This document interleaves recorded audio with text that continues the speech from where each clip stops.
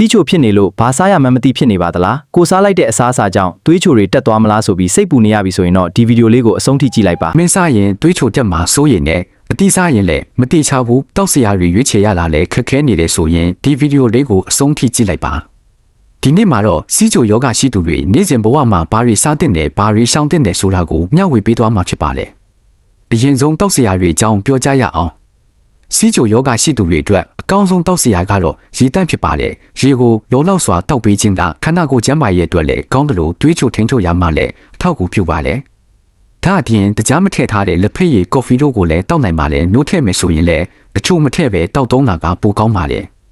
ဒါပေမဲ့အချို့ရည်တွေအဖြစ်အချို့ရည်တွေတရားများတဲ့ဖြိုးရည်တွေနှုတ်စီများများထည့်ထားတဲ့ကော်ဖီနဲ့လက်ဖက်ရည်တွေကိုတော့တတ်နိုင်သမျှရှောင်ရှားတင်ပါလေဒီလိုတောက်စရာတွေကတွေးတွင်းချိုထက်ကိုလင်းမြန်စွာမြင့်တက်စေနိုင်ပါလေနောက်တစ်ပိုင်းကတော့တရေစားတွေဖြစ်ပါလေဘိုက်စားတဲ့အချိန်တိုင်းမိုးချိုကိမုံချောကလက်စားတာတွေကိုစားမဲ့စားကျန်းမာရေးနဲ့ပိုးတင်တော်တဲ့တရေစားတွေကိုရွေးချယ်တင်ပါလေဥပမာအဖြစ်ဂျုံချမ်းပေါင်မုတ်ဂျုံလုံးပေါင်မုတ်ကရက်ကမုတ်စားတဲ့အမြင့်တက်ပါဝင်မှုများတဲ့အစားအစာတွေကိုရွေးချယ်နိုင်ပါတယ်ဒါပေမဲ့ကျန်းမာရေးနဲ့ညီညွတ်တဲ့ဆိုပြီးအများကြီးစားတာမျိုးတော့မလုပ်သင့်ပါဘူးပမာဏကိုထိန်းညှိပြီးစားသုံးဖို့အရေးကြီးပါလေ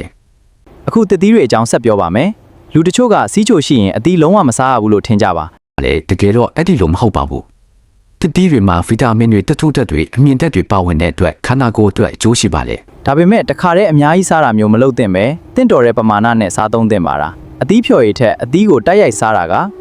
ပိုကောင်းပါတာဘာကြောင့်လဲဆိုတော့အမြင့်ဓာတ်တွေပိုမိုရရှိနိုင်လို့ဖြစ်ပါစီးချိုယောဂရှိသူတွေအတွက်စားတော့ရွေးချယ်ခြင်းတစ်ခုတည်းနဲ့မလုံလောက်ပါဘူးတွေးချိုပမာဏကိုလည်းပုံမှန်စစ်ဆေးဖို့လိုပါလေအစားမစားခင်တွေးချိုပမာဏကိုတင့်တော်တဲ့အတိုင်းအတာအတွင်းထိန်းထားနိုင်ဖို့ကြိုးစားတင်ပါလေအစားစားပြီးနောက်တွေးချိုပမာဏကိုလည်းစောင့်ကြည့်ဖို့လိုပါလေ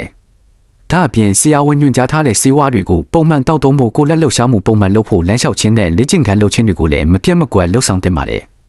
အရေးကြီးဆုံးအချက်ကတော့စီးချိုဖြစ်တဲ့ဆိုပြီးအစားမစားဘဲနေရာမျိုးမလုပ်သင့်ပါဘူးမှန်ကန်တဲ့အစားအစာကိုရွေးချယ်စားသုံးတာအခြေမှန်စားသုံးတာပမာဏကိုထိန်းညှိတာနဲ့ကျန်းမာတဲ့နေထိုင်မှုပုံစံကိုလိုက်နာတာတွေကတွေးချိုကိုကောင်းမွန်စွာထိန်းချုပ်နိုင်ဖို့အထောက်အကူပြုပါရဲ့တင့်ရဲ့တွေးချိုပမာဏကိုထိန်းထားနိုင်ဖို့ဒီအချက်တွေကိုနေ့စဉ်ဘဝမှာလိုက်နာကြည့်ပါ